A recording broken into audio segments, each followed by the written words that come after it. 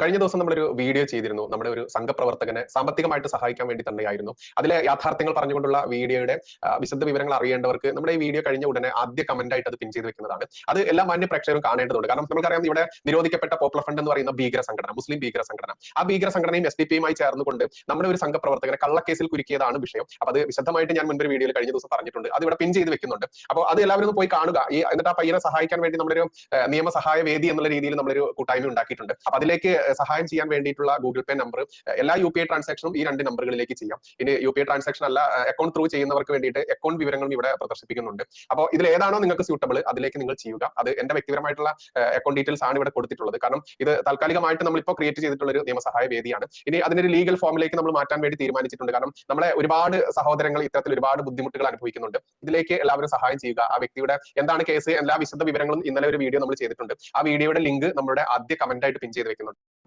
നമസ്കാരം മാന്യപ്രേക്ഷകരെ, വലിയ സ്നേഹ നമസ്കാരം. നോക്കൂ, നമ്മൾക്കറിയാം വലിയൊരു വിവാദം കഴിഞ്ഞ ദിവസം ഒരു വലിയൊരു മുസ്ലിം പണ്ഡിതൻ എന്ന് വിളിക്കുന്നത്, എന്നാൽ ഇവനെ പണ്ഡിതനല്ല, വേറെ വല്ലതും ആണ് വിളിക്കേണ്ടത്.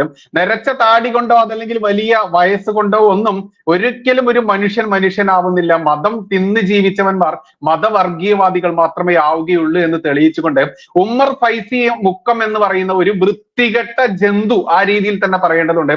ഇത് എന്റെ മാത്രം വാക്കുകളാണ്, രാജശേഖർജിയുടെ വാക്കുകളല്ല. അത്തരത്തിലുള്ള ആ ഒരു ജന്തുവിന്റെ ആ ഒരു വൃത്തിഹീനമായിട്ടുള്ള വാക്കുകൾ കേട്ടിട്ട് തന്നെയാവാം ഈ ലൈവിന്റെ തുടക്കം. അതൊന്ന് കേൾപ്പിക്കാം ഞാൻ മാന്യ പ്രേക്ഷകരെ. ശിവന്റെ ലിംഗം ഉണ്ടായിരുന്നു, പാർവതിന്റെ പറച്ചുണ്ടായിരുന്നു ഒക്കെ പറഞ്ഞിട്ട് ഇങ്ങനെ ഓരോന്നിങ്ങനെ കുത്തിപ്പൊക്കിക്കൊണ്ടിരിക്കുക. ഓരോ പള്ളിയും പിന്നെ അത് പണ്ട് അവിടെ ശിവന്റെ ലിംഗം ഉണ്ടായിരുന്നു, പാർവതിന്റെ പറച്ചുണ്ടായിരുന്നു ഒക്കെ പറഞ്ഞിട്ട് ഇങ്ങനെ ഓരോന്നിങ്ങനെ കുത്തിപ്പൊക്കിക്കൊണ്ടിരിക്കുക. സർ, ഉമ്മർ ഫൈസി എന്ന് പറയുന്ന സമസ്തയുടെ സംസ്ഥാന സെക്രട്ടറിയുടെ വാക്കുകളാണ് നമ്മൾ കേട്ടത്. അതായത് ബേസിക്കലി മദ്രസ പഠനം കിട്ടിയിട്ടുള്ള ഇവന്മാരുടെയൊക്കെ ഉള്ളിലുള്ള ആ ഒരു അന്യമത വിദ്വേഷം എത്രത്തോളമാണ് എന്ന് അറിയണമെന്നുണ്ടെങ്കിൽ ഈ ഉമ്മർ ഫൈസി എന്ന് പറയുന്ന സംസ്ഥയുടെ സംസ്ഥാന സെക്രട്ടറിയുടെ ഈ വാക്കുകൾ മാത്രം കേട്ടാൽ മതി. ഓരോ ഹിന്ദുവും ഭഗവാൻ ശിവനെ ഏത് രീതിയിലാണ് കാണുന്നത് നമുക്കറിയാം. പാർവതി ദേവിയെ എങ്ങനെയാണ് നമ്മൾ കാണുന്നതെന്ന് അറിയാം. അവരെ രണ്ടുപേരെയും വെറും ഈ പറയുന്ന കാമത്തിന്റെ ഭാഷയിൽ മാത്രം കാണുന്ന ആ ഒരു കിതാബ് മാത്രം പഠിച്ചിട്ടുള്ള ഈ വർഗം എങ്ങനെയാണ് വാഴ്ത്തിയതെന്ന് നമ്മൾ എല്ലാവരും കേട്ടതാണ്. ശ്രീ രാജശേഖരജി, നമുക്കറിയാം BJP-യുടെ സംസ്ഥാന ജനറൽ സെക്രട്ടറിയാണ്. എങ്ങനെയാണ് സാർ ഈ ഒരു വിഷയത്തെ അങ്ങ് നോക്കിക്കാണുന്നത്? ന്യൂസ് കഫേ ലൈവിലെ എല്ലാ മാന്യ പ്രേക്ഷകർക്കും സാദര നമസ്കാരം. ഇത്തരം ജൽപ്പനങ്ങളെ വാസ്തവത്തിൽ വളരെ വിഷമത്തോടു കൂടിയാണ്, സങ്കടത്തോടു കൂടിയാണ് കാണുന്നത്. ഇവിടെ ഒരു കൂട്ടർക്ക് സമൂഹത്തിൽ എന്തും ആകാമെന്നുള്ള ഒരു വലിയ ധാർഷ്ട്യം എത്രയോ പതിറ്റാണ്ടുകളായി നമ്മുടെ നാട്ടിൽ നടമാടുന്നു എന്നതിൻ്റെ നിരവധിയായ ദൃഷ്ടാന്തങ്ങളുണ്ട്. അവരുടെ മതേതരത്വം എന്ന് പറയുന്ന കപട മതേതരത്വമാണ്. അവർക്ക് ഒരിക്കലും മതേതരത്വവാദികളാവാൻ അവർക്ക് സാധ്യമല്ല. പക്ഷെ അവരുടെ നിലനിൽപ്പിനു വേണ്ടി അവരെക്കാലവും അവര് പുറമെ പറയുന്നു, അഭിനയിക്കുന്നു എന്ന് വേണം പറയുവാൻ. ഭാരതത്തിലെ ഇസ്ലാമിക സമൂഹത്തിലെ സഹോദരന്മാര് വാസ്തവത്തിൽ മതേതരത്വം അഭിനയിക്കുകയാണ്. ഇപ്പൊ ഭാരത വിഭജനത്തിന് ശേഷമുള്ള സാഹചര്യം നാം ഒന്ന് വിലയിരുത്തുകയാണെങ്കിൽ എന്തിനു വേണ്ടിയായിരുന്നു 1948 ഇന്ത്യൻ യൂണിയൻ മുസ്ലിം ലീഗ്? ഏത് പ്രസ്ഥാനമാണോ ഭാരത വിഭജനത്തിന് കാരണക്കാരായത് അതേ വിഭാഗം തന്നെ 20%, 100% മുസ്ലിങ്ങളും പറഞ്ഞു ഞങ്ങൾക്ക് ഭാരതത്തെ വിഭജിക്കുന്നതിനോടാണ് യോജിപ്പ്. പാകിസ്ഥാൻ എന്ന രാഷ്ട്രം, ഇവിടെ ഇത് ഹിന്ദു ഭൂരിപക്ഷമുള്ള പ്രദേശമാണ്, ഈ രാജ്യത്ത് ഞങ്ങളുടേതായ വിചാരങ്ങൾ സംരക്ഷിക്കപ്പെടുകയില്ല, അതുകൊണ്ട് ഞങ്ങൾക്ക് പ്രത്യേക രാഷ്ട്രം വേണം എന്ന് പറഞ്ഞ് പലപ്പോഴായിട്ട്, കൃത്യമായി പറഞ്ഞാൽ 72 ലക്ഷം സ്ക്വയർ കിലോമീറ്റർ വിസ്തീർണം ഉണ്ടായിരുന്നതില് 38 ലക്ഷം സ്ക്വയർ കിലോമീറ്ററും ഇതേപോലെ ഭാഗം പിരിഞ്ഞ് പോയത് മുഴുവൻ വർഗീയതയുടെ അടിസ്ഥാനത്തിലാണ്, ജാതീയതയുടെ അടിസ്ഥാനത്തിലാണ്. പക്ഷെ അങ്ങനെ ഭാഗം പിരിഞ്ഞു പോയ ഒരു രാജ്യവും സമാധാനത്തോടു കൂടിയോ ജനാധിപത്യത്തോടു കൂടിയോ മതേതരത്വത്തോടു കൂടിയോ അവിടെ ഒരു ഭരണ സംവിധാനം ഉറപ്പിക്കുവാൻ ഇവർക്ക് ആർക്കും തന്നെ കഴിഞ്ഞിട്ടില്ല എന്നത് പകൽ പോലെ വ്യക്തമല്ലേ? പാകിസ്ഥാൻ ആയാലും ശരി, അഫ്ഗാനിസ്ഥാൻ ആയാലും ശരി, ബംഗ്ലാദേശ് ആയാലും ഒക്കെ തന്നെ ശരിയായ ഒരു കാഴ്ചപ്പാടാണ്. ഇവിടെ നമ്മളൊരു കാര്യം മനസ്സിലാക്കണം. ഈ ഉമർ ഫൈസി എന്ന് പറയുന്ന ആ വ്യക്തി, അയാൾ പറഞ്ഞത് എന്താണ്? ഒരു സമൂഹത്തിന്റെ സംസ്കാരവുമായി ബന്ധപ്പെട്ട, അവന്റെ ഈശ്വര വിശ്വാസവുമായി ബന്ധപ്പെട്ട, അവന്റെ ദേവതാ സങ്കല്പത്തിലെ പരമോന്നത പദം അലങ്കരിക്കുന്ന പരമശിവ സങ്കല്പത്തെ, ഭഗവാനെ, ആ പരമശിവനെ അധിക്ഷേപിച്ചുകൊണ്ടാണ്, അതേപോലെ തന്നെ പാർവതി ദേവിയെ അധിക്ഷേപിച്ചുകൊണ്ടാണ് ആ ദേവീദേവന്മാരുടെ അവയവങ്ങളെ എടുത്തുകൊണ്ട്, നാം ആലോചിച്ച് നോക്കണേ ഇത്രത്തോളം. ഇവിടെ മറുഭാഗം ഒന്ന് ചിന്തിക്കട്ടെ.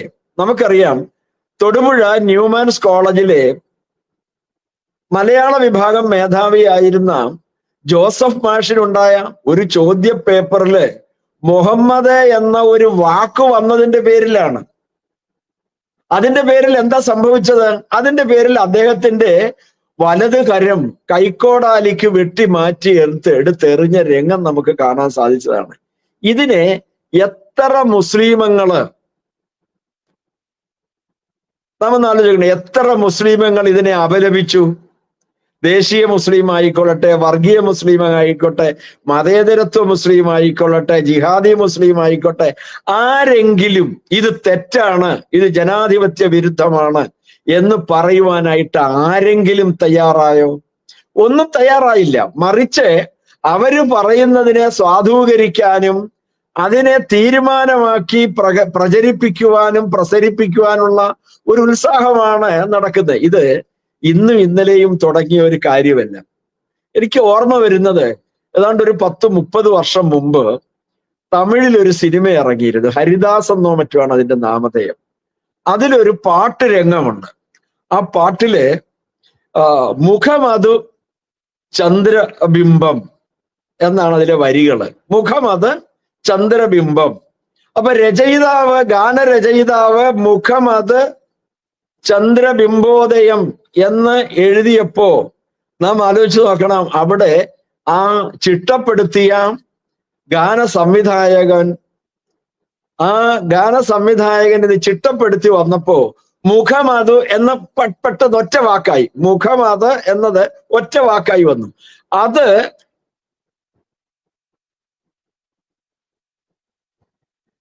മുഹമ്മദിനോട് താരതമ്യമുണ്ട് പോലും. നാം ആലോചിച്ച് നോക്കണം. മുഖമത് ചന്ദ്രബിംബോദയം എന്നത്, അത് മുഖമത് എന്ന് ഗാനം ചിട്ടപ്പെടുത്തിയ സംവിധായകൻ മുഖമത് ചന്ദ്രബിംബോദയം എന്ന് പാടിയപ്പോഴേക്കും അത് മുഹമ്മദിനോട് താരതമ്യമുള്ളതാണ് എന്ന് പറഞ്ഞുകൊണ്ട് ഈശ്വര ആ സിനിമ റിലീസ് ചെയ്ത ആ തിയേറ്റർ അടിച്ചു പൊട്ടിച്ച മതേതരത്വമാണ് ഈ ഭാരതത്തിലെ മുസ്ലിമങ്ങളുടെ മതേതരത്വം. ആലോചിച്ചു നോക്കണം. മുഖമത് ചന്ദ്രബിംബോദയം എന്ന് കൃത്യമായിട്ടുള്ളത് ആ ഗാന സംവിധായകൻ മുഖമത് ചന്ദ്രബിംബോദയം എന്നാക്കി. പിന്നീട് അതിന്റെ ഗാന രചയിതാവിനും ആ ഗാന സംവിധായകനും, എന്തിനേറെ ആ തിയേറ്റർ അത് പ്രദർശിപ്പിച്ച, ആ സിനിമ പ്രദർശിപ്പിച്ച സിനിമ തിയേറ്ററിന്റെ ഉടമ, ആ സിനിമയുടെ സംവിധായകൻ, അഭിനേതാക്കൾ, ഇവർക്കൊക്കെ ജീവിക്കുന്നതിന് വേണ്ടിയിട്ട് എന്ത് ചെയ്തു? അവരെ ഭരണകൂടം തന്നെ വെറുതെ വിട്ടില്ല. അവരെ പിടിച്ചു കൊണ്ടുവന്നിട്ട് എന്ത് ചെയ്തു? ആ വാക്ക് മാറ്റി വദനമതു ചന്ദ്രബിംബോദയം എന്നാക്കി. മുഖമെന്നുള്ളത് മാറ്റി വദനം എന്ന് മാറ്റിയതിന് ശേഷമാണ് ഈ കൂട്ടർക്ക് സമാധാനം വന്നത്. നാം ഒന്ന് ആലോചിച്ച് നോക്കണം. അപ്പൊ ഇവിടെ ഉവൈസിക്ക് എന്തുമാവാം, സമസ്തയുടെ സെക്രട്ടറിക്ക് എന്തുമാവാം. ഇവിടെ വിശ്വ ഹിന്ദു പരിഷത്തിന്റെ സംസ്ഥാന ജനറൽ സെക്രട്ടറിയായ VR രാജശേഖരൻ ഇതിനെ സംബന്ധിച്ച് എന്തെങ്കിലും ഒന്ന് പറഞ്ഞു എന്നിരിക്കട്ടെ. ഇവിടെ എന്റെ വീട്ടിൽ കയറി പോലീസ് കയറി നിരങ്ങും എന്ന് മാത്രമല്ല, ജാമ്യമില്ലാത്ത വകുപ്പുകളൊക്കെ ചേർത്ത എന്റെ പേരിൽ കേസും അതൊക്കെ തന്നെയും വരും. നാം ഒന്ന് ആലോചിച്ച് നോക്കണം. ഇതിനകത്തെ എല്ലാ രാഷ്ട്രീയക്കാരും, ഇവിടെ നമുക്കറിയാം മതമില്ലാത്ത ജീവന് വേണ്ടി വാദിച്ച കമ്മ്യൂണിസ്റ്റ് പ്രസ്ഥാനത്തിന്റെ നേതാവായിട്ടുള്ള AM ഷംസീർ, സഖാവ് AM ഷംസീർ. ആ AM ഷംസീർ ആരാ? കേരള നിയമസഭാ സ്പീക്കറാണ്. ആ കേരള നിയമസഭാ സ്പീക്കർ ഗണപതി മിത്താണ് എന്ന് പറഞ്ഞ് ഹിന്ദുവിനെ ആക്ഷേപിച്ചപ്പോ നമ്മൾ ആലോചിച്ച് നോക്കണം, യാതൊരു വിധമായ കോളിടക്കങ്ങളും കേരളത്തിൽ ഉണ്ടായില്ല. ഞാൻ എൻ്റെ ഇതിലെ ഉറച്ചു നിൽക്കുന്നു എന്ന് പറഞ്ഞു. എന്ന് മാത്രമല്ല, ആ കമ്മ്യൂണിസ്റ്റ് നേതാവായിട്ടുള്ള AM ഷംസീർ ഒന്നുകൂടി പറഞ്ഞു. എന്തായിരുന്നു പറഞ്ഞറിയാം? എന്റെ മതം, ഇസ്ലാം മതം ശ്രേഷ്ഠ മതമാകുന്നു. എന്റെ മതം ശ്രേഷ്ഠമാണ്. മറ്റുള്ള ഒരു ഭൂരിപക്ഷ ജനതയുടെ സംസ്കാരത്തെ, അവന്റെ വിശ്വാസത്തെ, അവന്റെ ഈശ്വര സങ്കല്പത്തെ, അവന്റെ ക്ഷേത്ര സങ്കല്പത്തെ, അവന്റെ ആരാധനാ സമ്പ്രദായത്തെ, ആചാര അനുഷ്ഠാനങ്ങളെ ഇവർക്ക് ആക്ഷേപിക്കാൻ ആരാണ് ഇതിന് ലൈസൻസ് കൊടുത്തിട്ടുള്ളത്? ഇവിടെ നീതി നിർവഹണം നടത്തേണ്ട പോലീസ്, നീതി നിർവഹണം എല്ലാവർക്കും തുല്യമായി നിർവഹിക്കപ്പെടേണ്ട ഭരണകൂടം ഇവിടെ എന്താ നടപടി ചെയ്യുന്നത്? ഒവൈസി ഇപ്പോഴും എന്താ ചെയ്തിരിക്കുന്നത്? അയാൾക്ക് യാതൊരു കുഴപ്പവുമില്ല. സമസ്തയുടെ നേതാവ് അയാള് ഈ ഹിന്ദുക്കളുടെ ദേവീദേവന്മാരെ ഇത്ര വളരെ മോശമായിട്ട്, ഭഗവാന്റെ ലിംഗമാണ് പോലും ശിവലിംഗം. വാസ്തവത്തില് ഇവനൊക്കെ രണ്ടു കാലിൽ നടക്കുന്നത് ഇവിടുത്തെ ഹിന്ദുവിന്റെ ദൗർബല്യമായിട്ട് ഇവർ കണക്കാക്കരുത്. ഒരു ദിവസം വരും മുഴുവൻ സമൂഹവും ഇത് സഹിക്കുന്നതിനും പണ്ട് ഒരു ചൊല്ലുണ്ട്, എന്താണെന്നറിയാം? അളമുട്ടിയാൽ ചേരയും കടിക്കുന്ന ഒരു രംഗം. ചേര പൊതുവെ ശാന്ത സ്വഭാവമുള്ള ഒരു ഉരകങ്ങളുടെ പട്ടികയിൽ വരുന്നതാണ്, അല്ലെങ്കിൽ പാമ്പുകളുടെ പട്ടികയിൽ വരുന്നതാണ്. പക്ഷെ അതുപോലും കടിക്കും. അതിനെ കയറി അനാവശ്യമായി ചവിട്ടി ഇങ്ങനെ ഇതാക്കി കഴിഞ്ഞാൽ തീർച്ചയായിട്ടും പ്രതികരിക്കാൻ നിർബന്ധിതമായി തീരും എന്നതിന് രണ്ടു പക്ഷമില്ല. അതുപോലെ തന്നെ മറ്റൊരു കാര്യം ഞാൻ ചോദിക്കട്ടെ, ഇവർ ഏതെല്ലാം തരത്തിൽ ആക്ഷേപിക്കുന്നു? അപ്പൊ ഇതിനൊക്കെ തന്നെ ഇവർക്ക് യാതൊരു മടിയും കൂടാതെ നിർബാധം നടന്നു പോവുകയാണ്. അവരെ ആരും മുഹമ്മദ് എന്ന് പോലും പറയരുത്, മുഹമ്മദ് എന്ന് പോലും പറയരുത്. അത് മുഹമ്മദിനോട് താരതമ്യം ചെയ്യുന്നതാണ് എന്ന് പറഞ്ഞുകൊണ്ട് പോലും ഇത്തരത്തില്. അപ്പോ ഇവിടെ ഈ ഹിന്ദു വിശ്വാസ പ്രമാണങ്ങളെ തകർക്കാമെന്നും അതിന് ഇവരെ ഈ കേരളത്തില് നമ്മൾ പ്രത്യേകമായി ശ്രദ്ധിക്കുന്ന സമയത്ത് ഇടതുപക്ഷ സർക്കാരും വലതുപക്ഷ സർക്കാരും തങ്ങളുടെ എല്ലാ നടപടികളും ഏതിനെ സൂചിപ്പിക്കുന്നതാണ്? ഈ മുസ്ലിം പ്രീണനത്തിന്റെ, ഇസ്ലാമിക പ്രീണനത്തിന്റെ ഭാഗമായിട്ട് തന്നെ കൊണ്ടുപോകുന്നു എന്ന് വേണം നമുക്ക് കരുതാൻ. ശബരിമലയുടെ വിഷയം വന്ന സമയത്തും ആ ശബരിമലയിലേക്ക് ആദ്യമായി പോലീസിന്റെ പടച്ചട്ട അണിയിച്ചുകൊണ്ട് രഹ്ന ഫാത്തിമ എന്ന ആ മുസ്ലിം സ്ത്രീയെ നാം ആലോചിച്ച് നോക്കണം. അവർ മുസ്ലിം സ്ത്രീയാണ്. ആ മുസ്ലിം സ്ത്രീയെ ശബരിമലയിലേക്ക് പോലീസിന്റെ പടച്ചട്ട അണിഞ്ഞ് ഹിന്ദു വിശ്വാസ പ്രമാണങ്ങളെ മുഴുവൻ കാറ്റിൽ പറത്തിക്കൊണ്ട് ഇരുമുടിക്കട്ട എന്ന അതിവിശിഷ്ടമായ സംവിധാനത്തെ അപമാനിച്ചുകൊണ്ട് ആ സ്ത്രീ ഉപയോഗിച്ച നാപ്കിൻസ്, അവരുപയോഗിച്ച നാപ്കിൻസും അതേപോലെ വൃത്തിഹീനമായ, പുറത്തു പറയാൻ അറപ്പ് തോന്നുന്നതായ വസ്തുക്കൾ നിറച്ച് മുൻമുടിയിലും പിൻമുടിയിലും കെട്ടി നിറച്ചുകൊണ്ട് പോലീസ് അകമ്പടിയോടുകൂടി അവരെ സന്നിധാനത്തേക്ക് കൊണ്ടുവരുവാൻ തയ്യാറായ സർക്കാരാണ് കേരളം ഭരിക്കുന്നത്. അതേപോലെ തന്നെ 2006 ബഹുമാനപ്പെട്ട സുപ്രീം കോടതിയില് ഇന്ത്യൻ യങ് ലോയേഴ്സ് അസോസിയേഷൻ കൊടുത്ത കേസിലെ കക്ഷികളായ കേരള സർക്കാരിന് വേണ്ടി അന്നത്തെ മുഖ്യമന്ത്രിയും അതേപോലെ തന്നെ അന്നത്തെ ദേവസ്വം ബോർഡ് കമ്മീഷണറും ഒക്കെ ചേർന്ന് കൊടുത്ത സത്യവാങ്മൂലത്തിലെ പരാമർശവും ഈ മുസ്ലിമങ്ങളെ രസിപ്പിക്കുന്നതിന് വേണ്ടി, സുഖിപ്പിക്കുന്നതിന് വേണ്ടി, സന്തോഷിപ്പിക്കുന്നതിന് വേണ്ടി അവര് പറഞ്ഞെന്താണ്? മറ്റ് സെമറ്റിക് മതങ്ങളിൽ നിന്നും വിഭിന്നമായി ഹൈന്ദവ ധർമ്മത്തിലെ അതിനീചവും നിന്ദ്യവും പ്രാകൃതവുമായ അനവധിയായ നിരവധിയായ അനാചാരങ്ങളും ദുരാചാരങ്ങളും നിലനിൽക്കുന്നു. ഇതാണ് അവർ സത്യവാങ്മൂലം കൊടുത്തത്. എന്നിട്ട് ആ വിധി വരുന്ന സമയത്ത് എന്താണ്? ഏതെല്ലാം തരത്തിൽ വേണമെങ്കിലും ഇന്ന് പൊതു ഹിന്ദു സമൂഹത്തിനുണ്ടല്ലോ കോടതികൾ പോലും അവർക്ക് അപ്രാപ്യമാവുന്നോ എന്ന് തോന്നുന്നു. സർവേശ്വരൻ സത്യമാണ് എങ്കിൽ വരും കാലങ്ങളില് ഈ ജുഡീഷ്യറിയുടെ പിന്നാമ്പറങ്ങളിൽ നടക്കുന്നതായ തെറ്റായ പ്രവണതകള് മറനീക്കി പുറത്തു വരും എന്ന് വിശ്വഹിന്ദു പരിഷത്ത് ആത്മാർത്ഥമായി പ്രതീക്ഷിക്കുന്നു. ഭക്തിയോടെ സർവേശ്വരനോട് പ്രാർത്ഥിക്കുകയാണ്. സർവേശ്വരനല്ലാതെ മറ്റാരുമില്ല. ജുഡീഷ്യറി പോലും ഹിന്ദുവിന് അപ്രാപ്യമാകുന്ന അല്ലെങ്കിൽ ശരണം പ്രാപിക്കാൻ നിർവാഹമില്ല, പോയിട്ട് കാര്യമില്ല എന്ന ഫീല് തോന്നുന്ന തരത്തിലേക്ക് മാറുന്നുവോ, മാറ്റിമറിക്കാൻ പറ്റിയ ശക്തികള് ഈ കേരളത്തിന്റെ മണ്ണിലും ഭാരതത്തിന്റെ മണ്ണിലും പ്രവർത്തിക്കുന്നുവോ എന്ന് സംശയിക്കേണ്ടിയിരിക്കുന്നു പല പ്രവർത്തികളും കാണുന്ന സമയത്ത്. അതുകൊണ്ടാണ് ഇത്തരം ആളുകള് കോടതിയെ പോലും വെല്ലുവിളിച്ചുകൊണ്ടാണ്, അല്ലെങ്കിൽ ഇവിടെ നിലനിൽക്കുന്ന നീതിന്യായ വ്യവസ്ഥയെയോ ഭരണകൂടത്തെയോ ഭയമുണ്ടായിരുന്നു എങ്കിൽ ഭരണഘടന ഉറപ്പാക്കുന്ന ഏതൊരു മതസ്ഥനും അവന്റെ വിശ്വാസ പ്രമാണങ്ങളെ വെച്ചു പുലർത്തുവാൻ, അവൻ ആരാധിക്കുവാൻ, അവന് വിശ്വസിക്കുവാൻ. ഇയാളെ ശിവലിംഗം കാണാൻ ഞാൻ വിളിച്ചില്ലല്ലോ, ഹിന്ദുക്കൾ ആരും അയാളെ വിളിച്ചില്ലല്ലോ. അപ്പൊ നാം ഒന്ന് ആലോചിച്ച് നോക്കണം. അങ്ങനെ ഒന്നും ഇല്ലാത്ത ഒരു സാഹചര്യത്തില് ഇങ്ങോട്ട് കയറി ഇത്തരം അപഹാസ്യമായ അധിക്ഷേപാർഹമായ ഇത്തരം പ്രവണതകളെ ആരാണ് നിയന്ത്രിക്കേണ്ടത്?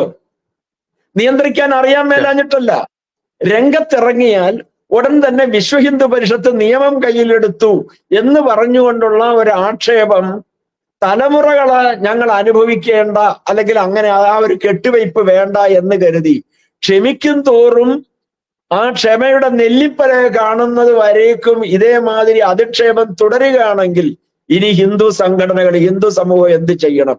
ഈ നാട്ടിൽ കോടതി, ഞാൻ ആലോചിച്ചു പോകുന്നത് എന്താണെന്ന് പറയും, കോടതിയെ കുറ്റം പറയൊന്നുമല്ല.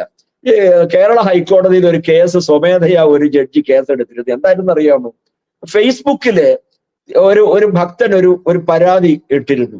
എന്താണെന്ന് അറിയാമോ? തിരുവാറന്മുള ക്ഷേത്രത്തിലെ പള്ളിയോട സേവാ സംഘം അവിടെ നടത്തുന്ന പള്ളിയോടങ്ങൾക്ക് കൊടുക്കുന്ന വള്ളസദ്യ വഴിപാട് 1-2 ആളുകൾക്ക് കിട്ടിയില്ല എന്ന് പറഞ്ഞ് അയാൾ ഒരു പരാതി ഇങ്ങനെ ഫേസ്ബുക്കിൽ കുറിച്ചു. അത് എന്ത് ചെയ്തു എന്നറിയാമോ? ബഹുമാനപ്പെട്ട കോടതി സുവമോട്ടോ അനുസരിച്ച് കേസെടുത്തു വലിയ വാദകോലാഹലമായി. ഇതിനെതിരെ കേരള ഹൈക്കോടതിക്ക് എന്ത് പറ്റി?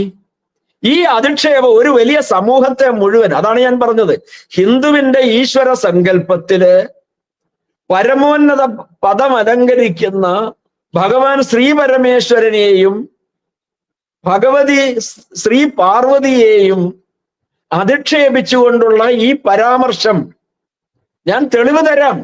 എന്തുകൊണ്ട് ചെങ്ങന്നൂർ മഹാദേവനെയും പാർവതി ദേവിയെ അധിക്ഷേപിച്ച മൺട്രോ സാഹിബിനും മദാമ്മയ്ക്കും ഉണ്ടായ അനുഭവത്തിന്റെ, അവരുടെ തിക്താനുഭവത്തിന്റെ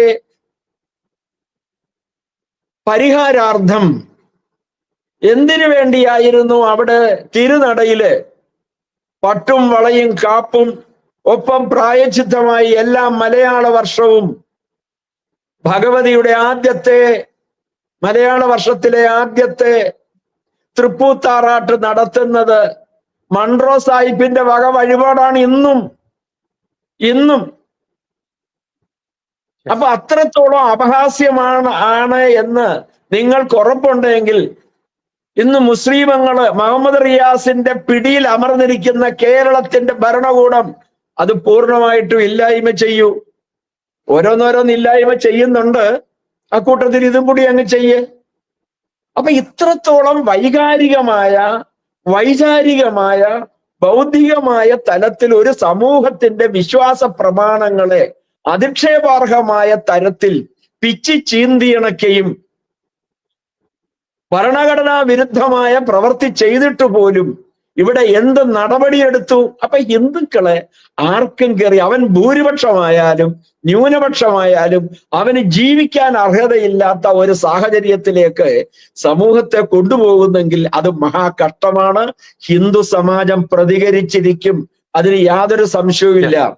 നടപടി എടുക്കുന്നില്ല. മറ്റൊരു ചോദ്യമാണ് സാർ എനിക്ക് ഇതുമായി ബന്ധപ്പെട്ട് ഇപ്പൊ നമ്മള് ഈ ഉമ്മർ ഫൈസി എന്ന് പറയുന്ന സമസ്തയുടെ സംസ്ഥാന സെക്രട്ടറിയുടെ ഈ ഒരു വൃത്തികെട്ട, അതിന് മറ്റു ഭാഷയാണ് ഞാൻ സ്വാഭാവികമായിട്ട് ഉപയോഗിക്കാറ്, പക്ഷെ സാർ ഇവിടെ ഉള്ളത് കൊണ്ട് സാറിനോടുള്ള ഒരു ബഹുമാനം കൊണ്ട് ഞാനത് ഉപയോഗിക്കുന്നില്ല. ഇവരെയൊക്കെ ഉപയോഗിക്കേണ്ട ഭാഷ മറ്റൊരു ഭാഷയാണ്, അത് വിട്ടുകളയാം. ഇനി അടുത്തൊരു വിഷയമാണ് സാർ, അയോധ്യ രാമജന്മഭൂമിയും വഖഫ് സ്വത്ത് എന്ന അവകാശവാദവുമായി രംഗത്ത് വന്നത് മറ്റാരുമല്ല, ഇവിടെ മതേതര മുഖം മൂടി ധരിച്ച് നടക്കുന്ന മുസ്ലിം ലീഗ് എന്ന് പറയുന്ന ആ പാർട്ടിയുടെ സംസ്ഥാന അധ്യക്ഷനായിട്ടുള്ള പാണക്കാടൻ തറവാടാണ്. പാണക്കാട് തറവാട്ടുകാരെ വിമർശിച്ചു കഴിഞ്ഞാൽ ഇവിടെ എന്തോ ബോംബ് സ്ഫോടനം നടത്തുമെന്നുള്ള രീതിയിലൊക്കെ ആയിരുന്നു കഴിഞ്ഞ മാസങ്ങളിലൊക്കെ നമ്മൾ കണ്ടതാണ്.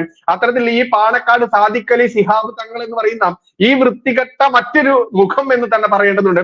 ഈ വ്യക്തി പറഞ്ഞിരിക്കുന്ന ഈ ഒരു കാര്യത്തെ കൂടി കൂട്ടിയിണക്കിക്കൊണ്ട് സാർ എങ്ങനെയായിരിക്കും പ്രതികരിക്കുക സാർ? അതായത് വഖഫ് സ്വത്ത് അവകാശവാദവുമായി മുസ്ലിം ലീഗിന്റെ ഇയാൾ വരികയാണ്. അയോധ്യ രാമജന്മഭൂമി ക്ഷേത്രം പോലും, ആ ക്ഷേത്രം നിൽക്കുന്ന ആ ഭൂമി പോലും വഖഫ് സ്വത്തായിരുന്നെന്നും ഇത് കോടതിയുടെ ഉത്തരവ് വന്നത് കൊണ്ട് ഞങ്ങൾ നിങ്ങൾക്കൊരു ആനുകൂല്യം വന്നതാണ്, ഞങ്ങൾ അങ്ങോട്ട് അംഗീകരിച്ചതാണ്, വേണേ കൊണ്ടുപൊക്കോ എന്നുള്ള രീതിയിൽ. എങ്ങനെയാണ് സാർ ഇയാളുടെ ഈ പറയുന്ന ഈ സാദിഖ് അലി ശിഹാബ് ഈ തങ്ങളുടെ ആ പ്രസ്താവനയെ കൂടി VHPയുടെ നേതൃത്വത്തിൽ നിന്നുകൊണ്ട് കാണുന്നത് എങ്ങനെയാണ്? ബൈജു ആദ്യമേ തന്നെ സൂചിപ്പിച്ചല്ലോ, അപൂർവങ്ങളിൽ അപൂർവമായിട്ടുള്ള ചില മുസ്ലിമുകള്, അപൂർവങ്ങളിൽ അപൂർവം, മുൻ രാഷ്ട്രപതി അബ്ദുൽ കലാം അടക്കമുള്ള ബഹുമാന്യരായ വിശ്വ പൗരന്മാരുണ്ടായിരുന്നു. അങ്ങനെ അപൂർവങ്ങളിൽ അപൂർവം, അത് ഭാരതത്തിന്റെ മണ്ണില് 1% പോലും അങ്ങനെയുള്ള ആളുകള് ഇല്ല. പറഞ്ഞു മനസ്സിലായല്ലോ? അദ്ദേഹം, ഞാൻ ആലോചിച്ച് നോക്കണം, അദ്ദേഹത്തെ എങ്ങനെ ഒരു മുസ്ലിം, ജന്മം കൊണ്ട് മുസ്ലിമാണ്, സമ്മതിക്കുന്നു. പക്ഷെ അദ്ദേഹത്തിന്റെ മനോഭാവം എന്തായിരുന്നു?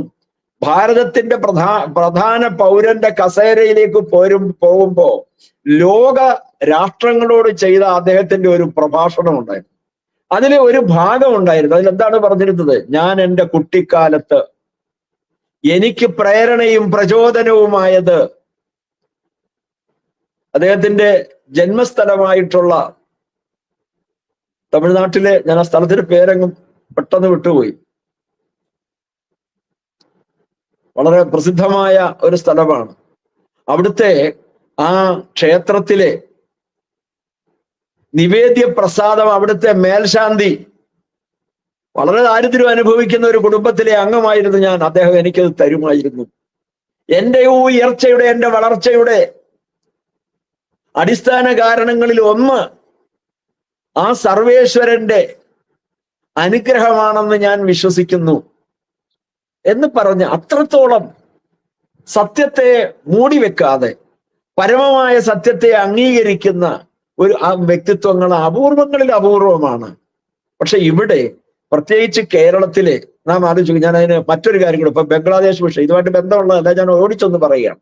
ആ ബംഗ്ലാദേശിലെ പ്രളയം ഉണ്ടായപ്പോഴും അതേപോലെ തന്നെ കോവിഡ് ബാധിച്ചപ്പോഴും ഒക്കെ ഉണ്ടായ ഒരു സംഭവം ഉണ്ടല്ലോ, അത്രത്തോളം ലോകത്തെ ആകെ വിറപ്പിച്ച ഒരു രംഗമായിരുന്നു. ആ സമയത്തൊക്കെ ബംഗ്ലാദേശിലെ ജനങ്ങൾക്ക് ജാതിയുടെയോ ഉപജാതിയുടെയോ രാഷ്ട്രീയത്തിന്റെ മുഖം നോക്കാതെ ഇസ്കോൺ എന്ന് പറയുന്ന ആ മഹാപ്രസ്ഥാനം, ആ വിശ്വപ്രസിദ്ധമായ പ്രസ്ഥാനം, അവിടുത്തെ സന്യാസിമാരെ, ഋഷീശ്വരന്മാരായിട്ടുള്ള ആ സന്യാസിമാര് മുഴുവൻ എണ്ണത്തിനും വെച്ച് വിളമ്പിക്കൊടുത്തില്ലേ?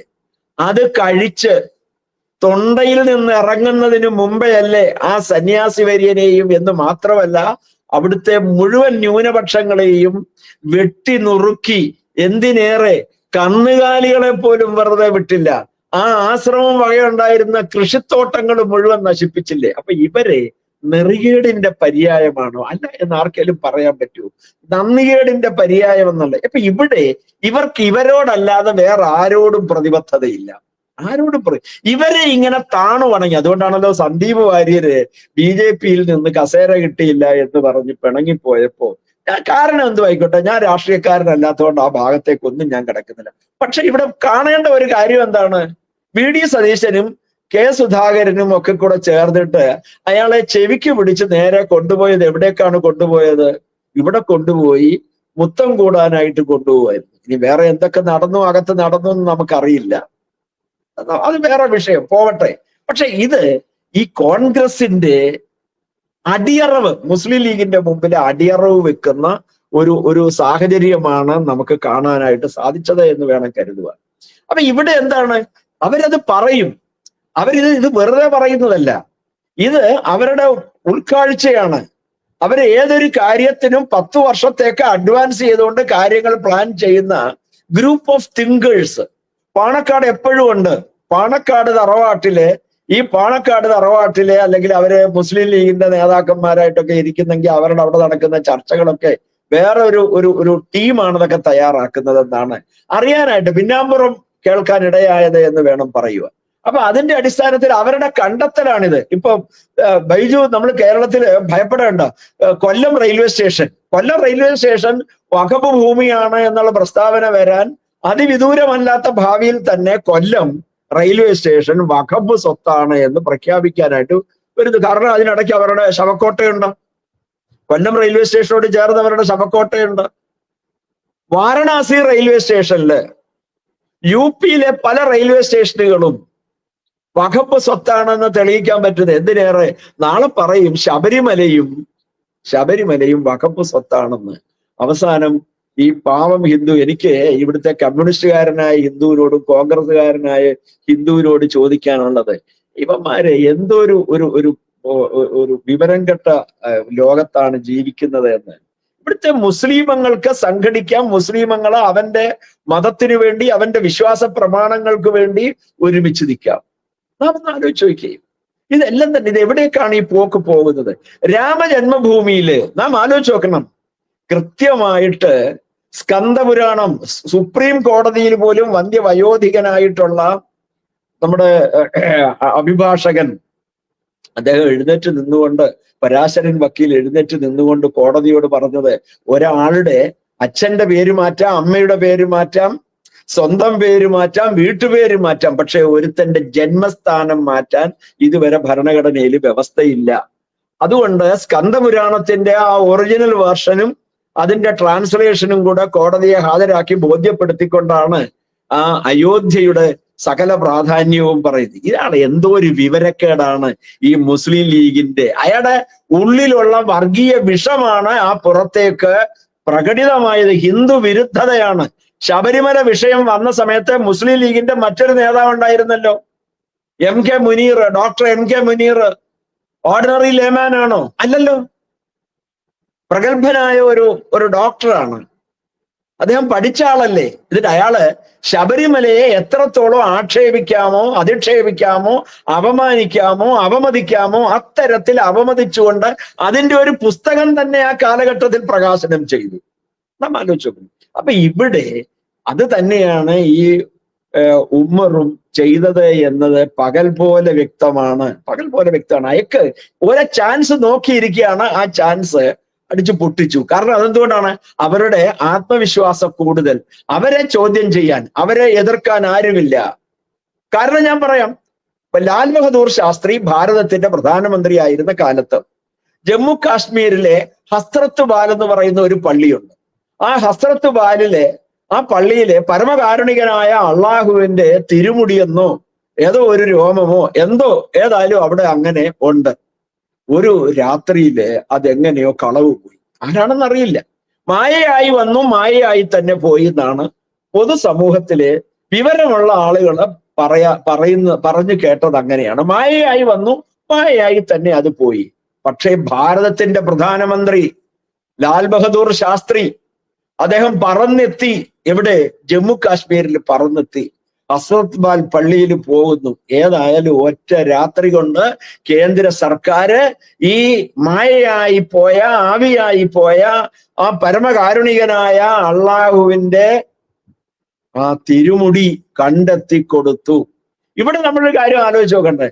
രാമജന്മഭൂമി വിഷയം നടന്ന സമയത്ത് പലരും ചോദിച്ചിരുന്നു, ഈ പറയുന്ന ഇവിടുത്തെ മുസ്ലിങ്ങൾ അടക്കം ചോദിച്ചിരുന്നു, അതിന് തെളിവുണ്ടോ എന്ന്. രാമൻ അയോധ്യയിലാണ് ജനിച്ചതെന്ന് തെളിവുണ്ടോ? ഉണ്ട്. നൂറ്റാണ്ടുകൾ, ആയിരത്താണ്ടുകൾക്കപ്പുറത്ത് ധ്യാനനിരതരായ ഋഷീശ്വരന്മാരായ സന്യാസിമാർക്ക് ലഭിച്ച ഉൾപിടികൾ, അത് ഈശ്വരീയ വചനങ്ങളായിരുന്നു. ആ തിരുവചനങ്ങൾ ധർമ്മഗ്രന്ഥങ്ങളായി രൂപപ്പെട്ടു എങ്കിൽ ആ രൂപപ്പെട്ട ധർമ്മഗ്രന്ഥങ്ങൾ കൃത്യമായ പരാമർശം ഉണ്ടായിരുന്നു. സുപ്രീം കോടതി പോലും അതിനെ അംഗീകരിക്കുന്നു. അങ്ങനെ സുപ്രീം കോടതി അംഗീകരിച്ച ആ രേഖയില് രാമജന്മഭൂമിക്ക് തെളിവ് ചോദിക്കുന്ന വിവരക്കേടാണ് പറയുന്നത്. അപ്പൊ അത് വഖഫിൻ്റെതാണെന്ന് എന്താണ് അതിന് തെളിവ്? പറയട്ടെ, നിങ്ങൾ തെളിവ് കൊണ്ടുവരികയാണ് എങ്കിൽ നമുക്കത് പരിശോധിക്കാം, കോടതിയിൽ ചലഞ്ച് ചെയ്യാം. രാമജന്മഭൂമി വിഷയത്തില് ഭാരതത്തിലെ മുസ്ലിമങ്ങള് നാം ആലോചിച്ച് നോക്കണം. 1984 ഫൈസാബാദ് ജില്ലാ കോടതിയിൽ ഫയൽ ചെയ്ത കേസിലടക്കം, അലഹബാദ് ഹൈക്കോടതിയിലടക്കം വന്ന കേസില് ഈ കേസുകളെല്ലാം കൂടെ സമന്വയിപ്പിച്ചുകൊണ്ട് 1986 ഫെബ്രുവരി മാസം 1-ാം തീയതി പുറപ്പെടുവിച്ച കോടതി വിധിയിൽ ഹിന്ദുക്കൾക്ക് രാമജന്മഭൂമിയിലെ ക്ഷേത്രത്തിനുള്ളിൽ കടന്ന് ആരാധന നടത്തുവാൻ അനിയന്ത്രിതമായ അവകാശമുണ്ട് എന്നാണ്. യാതൊരു കോടതി വിലക്കുകളോ കോടതി ഉത്തരവുകളോ ഇല്ല, സർക്കാർ ഉത്തരവുകളില്ല എന്ന് വ്യക്തമാക്കിയിരുന്നല്ലോ. അതിനെതിരെ എന്തുകൊണ്ടാണ് ഇതിന് പോവാതിരുന്നത്? മുസ്ലിം സമൂഹം പോവാതിരുന്നത്? അവര് കേസിന് പോയത് എപ്പോഴാണ്? ഈ കെട്ടിടമൊക്കെ താഴെ വീണതിന് ശേഷമാണെന്നല്ലോ. കെട്ടിടം താഴെ വീണതിന് ശേഷം കോടതിയുടെ ഉത്തരവനുസരിച്ചാണല്ലോ, സുപ്രീം കോടതിയുടെ ഉത്തരവനുസരിച്ചാണല്ലോ അവിടെ താൽക്കാലികമായി കെട്ടിയുണ്ടാക്കിയ ബാലാലയത്തിൽ പ്രതിഷ്ഠിച്ച ഭഗവാൻ ശ്രീരാമചന്ദ്രന്റെ പൂജയും നിവേദ്യാദി കാര്യങ്ങൾ കൃത്യമായി നടപ്പാക്കിയത് സുപ്രീം കോടതി. അതിനെതിരെ എന്തുകൊണ്ട് മുസ്ലിമങ്ങൾ കേസിന് പോയില്ല? നാം ആലോചിച്ച് നോക്കേണ്ട വിഷയമാണ്. അപ്പൊ പിന്നെ ഇത് എങ്ങനെ, ഏത് അടിസ്ഥാനത്തിലാണ് ഇയാൾ പറയുന്നത്? വിവരക്കേടിന്റെ പര്യായമാണ് മുസ്ലിം ലീഗിന്റെ സംസ്ഥാന അധ്യക്ഷൻ പാണക്കാട്. ഏത് തങ്ങളായാലും എന്താ? വിവരക്കേട് പറയുന്നതിന് ഒരു പരിമിതിയുണ്ട്. ഒരു സമൂഹത്തെ അധിക്ഷേപിക്കാനും അവഹേളിക്കാനും ഉള്ള ആ ഒരു തന്ത്രം, അത് ഇനിയുള്ള കാലം കേരളത്തിലോ ഭാരതത്തിന്റെ മണ്ണിലോ അത് വിലപ്പോവില്ല എന്നുള്ളത് ഉറപ്പാണ്. യാതൊരു സംശയമില്ല കാര്യത്തില്. അപ്പൊ ഇവര് അന്യായമായി, ഇപ്പൊ കോടതി പറഞ്ഞല്ലോ, സുപ്രീം കോടതി, ഞാൻ എത്രയോ പ്രാവശ്യം പറഞ്ഞിരിക്കുന്നു, മുസ്ലിമങ്ങളിൽ ജാതിയില്ല. മുസ്ലിമിന് OBC-യിൽ 12% സംവരണം കൊടുക്കുന്നത് ഭരണഘടനാ ലംഘനമാണ്. ഭരണഘടനാപരമായി മുസ്ലിം ഒരു മതത്തിന് സംവരണം കൊടുക്കാൻ വിധിയില്ല. ഹിന്ദു സമാജത്തിലെ അവശത അനുഭവിക്കുന്ന അധസ്ഥിത വിഭാഗങ്ങൾക്ക് മാത്രമാണ്, ഹിന്ദുക്കൾക്ക് മാത്രമാണ്, അതിലെ ജാതികൾക്ക് മാത്രമാണ് സംവരണം SC-ക്കും ST-ക്കും OBC-ക്കും നിശ്ചയിച്ചത് എങ്കിൽ ഇവരെന്തിന് ഈടാക്കുന്നു? അവരത് തിരിച്ചടയ്ക്കണം, അവരത് വേണ്ടെന്ന് പറയണം. അവർക്ക് ഇനി അതില് നമുക്ക് മനുഷ്യത്വപരമായ കാരണങ്ങളാൽ മുസ്ലിം സമുദായത്തില് സാമ്പത്തികമായി, സാംസ്കാരികമായി, സാമൂഹികമായി, വിദ്യാഭ്യാസപരമായി പിന്നോക്കാവസ്ഥയുണ്ടെങ്കിൽ അവർക്ക് കൊടുക്കണം. അത് സമ്പത്തിന്റെ അടിസ്ഥാനത്തിലായിരിക്കണം, സാമ്പത്തിക സംവരണമായിരിക്കണം അവർക്ക് കൊടുക്കേണ്ടത്. അല്ലാതെ ഹിന്ദു സമാജത്തിന് അനുവദിച്ചിരിക്കുന്ന ഇത് തട്ടിയെടുക്കുന്നത് തെറ്റാണ്. ഇപ്പൊ സുപ്രീം കോടതിയുടെ നിരീക്ഷണം ഉണ്ടായല്ലോ, സുപ്രീം കോടതിയുടെ ആ നിരീക്ഷണം നടപ്പാക്കണം. അതിന് യാതൊരു സംശയമില്ലാത്ത ഈ തട്ടിപ്പുകളൊക്കെ തന്നെ തങ്ങളായാലും ആരായാലും ശരി, മുസ്ലിം സമൂഹത്തിലെ വിദ്യാഭ്യാസമുള്ള ഇന്നത്തെ യുവതലമുറ തിരിച്ചറിയും, അവരതിനെതിരെ പ്രതികരിക്കും. ഒരു 10 വർഷത്തിന് മുമ്പ് ജാമിയ ടീച്ചറെ പോലെയുള്ള ഒരു മുസ്ലിം വനിതയെ അവരുടെ സമുദായത്തിൽ നിന്ന് കണി കാണാൻ കിട്ടുമായിരുന്നു. എക്സ് മുസ്ലിം എന്ന ഒരു കൺസെപ്റ്റ് കാണാൻ കഴിയുമായിരുന്നു. ഒന്നും ഉണ്ടായിരുന്നില്ല. ഇന്ന് അവരൊക്കെ തന്നെ സ്വത്വബോധമുള്ള സമൂഹമായി മാറുന്നു. ഇതര മതസ്ഥരെ സ്നേഹിക്കാനും ബഹുമാനിക്കാനും അവർ പഠിച്ചു തുടങ്ങി. അവരാണ് യഥാർത്ഥ മതേതരത്വവാദികൾ, യഥാർത്ഥ ജനാധിപത്യവാദികൾ. അവർക്കാണ് പ്രോത്സാഹനം കൊടുക്കേണ്ടത്, അല്ലാതെ അവരെ കള്ളക്കേസിൽ കുടുക്കി പീഡിപ്പിക്കുകയല്ല ചെയ്യേണ്ടത്. ഈ ഒരു സാഹചര്യത്തിലാണ് ഈ ഉവൈസിയുടെ ഈ പ്രസ്താവന, അല്ല, ഈ പാണക്കാട് തങ്ങളുടെ ഈ പ്രസ്ഥാനം പിൻവലിക്കേണ്ടതാണ്. പിൻവലിച്ച് കോടതിയോട് മാപ്പ് പറയേണ്ടതാണ്. കോർട്ടലക്ഷ്യമാണ്. ഇപ്പൊ കോടതി ചെയ്തിരിക്കുക തെറ്റാണോ? വഖഫ് ഭൂമി എടുത്താണോ ശ്രീരാമക്ഷേത്രം പണിയുന്നതിന് വേണ്ടിയിട്ട് തന്നിട്ടുള്ളത്? അദ്ദേഹം അത് വ്യക്തമാക്കണം. എന്തു പ്രമാണത്തിന്റെ അടിസ്ഥാനത്തിൽ, എന്ത് രേഖകളുടെ അടിസ്ഥാനത്തിൽ? ഇങ്ങനെയാണ് എങ്കിൽ ഈ മുസ്ലിം ലീഗിന്റെ ആരാധ്യനായ അധ്യക്ഷൻ പാണക്കാട് ശിഹാബ് തങ്ങള് നാളെ ഗുരുവായൂരും അമ്പലപ്പുഴയും അതേപോലെ ശ്രീപത്മനാഭസ്വാമി ക്ഷേത്രവും ശബരിമല ക്ഷേത്രവും കൂടൽമാണിക്യവും ഇതൊക്കെ രാജരാജേശ്വര ക്ഷേത്രവും ഒക്കെ തന്നെ വഖഫ് സ്വത്താണെന്ന് പറയാൻ മടിക്കുകയില്ലല്ലോ. ഇതിനെതിരെ ഹിന്ദു സമൂഹം കരുതിയിരിക്കുക. ഇത്തരം ജൽപ്പനങ്ങള് മുളയിലെ നുള്ളുവാൻ തയ്യാറാവണമെന്നാണ് എനിക്ക് ഈ അവസരത്തിൽ രേഖപ്പെടുത്തുവാനുള്ളത്. യെസ്, എന്തായാലും ലീഗ് സംസ്ഥാന അധ്യക്ഷൻ പാണക്കാടനായാലും ഇനി ഏത് കോത്തായത്തെ ഏത് ഒരുത്തനായി കഴിഞ്ഞാലും ഇനി ഈ പറയുന്ന ഉമ്മർ ഫൈസി ആയാലും ബേസിക്കലി ഇവന്മാർക്ക് എല്ലാവർക്കും ഉള്ളത് മദ്രസ വിദ്യാഭ്യാസം മാത്രമാണ്.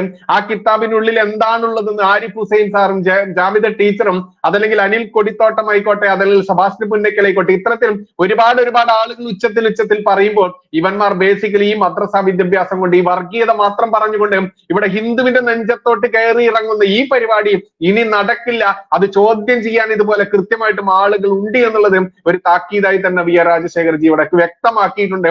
അതുകൊണ്ട് തന്നെ തൽക്കാലം നമ്മൾക്ക് ഈ ഒരു സെഷൻ ഇവിടെ അവസാനിപ്പിക്കുക. ഇതുകൊണ്ടൊന്നും തീരുന്നില്ല. കാരണം ഇവിടുത്തെ ഹിന്ദുവിന്റെ നെഞ്ചത്തോട്ട് ഇനി ഒരു ഫൈസിയെയും ഒരു താങ്കളെയും ഒരു പാണക്കാടനെയും അനുവദിക്കില്ല എന്നുള്ള 3 തരം തന്നെയാണ് പറയുന്നത് എന്ന താക്കീതോടെ തന്നെ തൽക്കാലം ഈ സെഷൻ ഇവിടെ അവസാനിപ്പിക്കാം. എന്തായാലും രാജശേഖർജി ഒരുപാട് നന്ദിയുണ്ട് നമ്മുടെ പ്രേക്ഷകരോട് ഈ വിവരങ്ങൾ പൂർണ്ണമായിട്ടും പറഞ്ഞത്.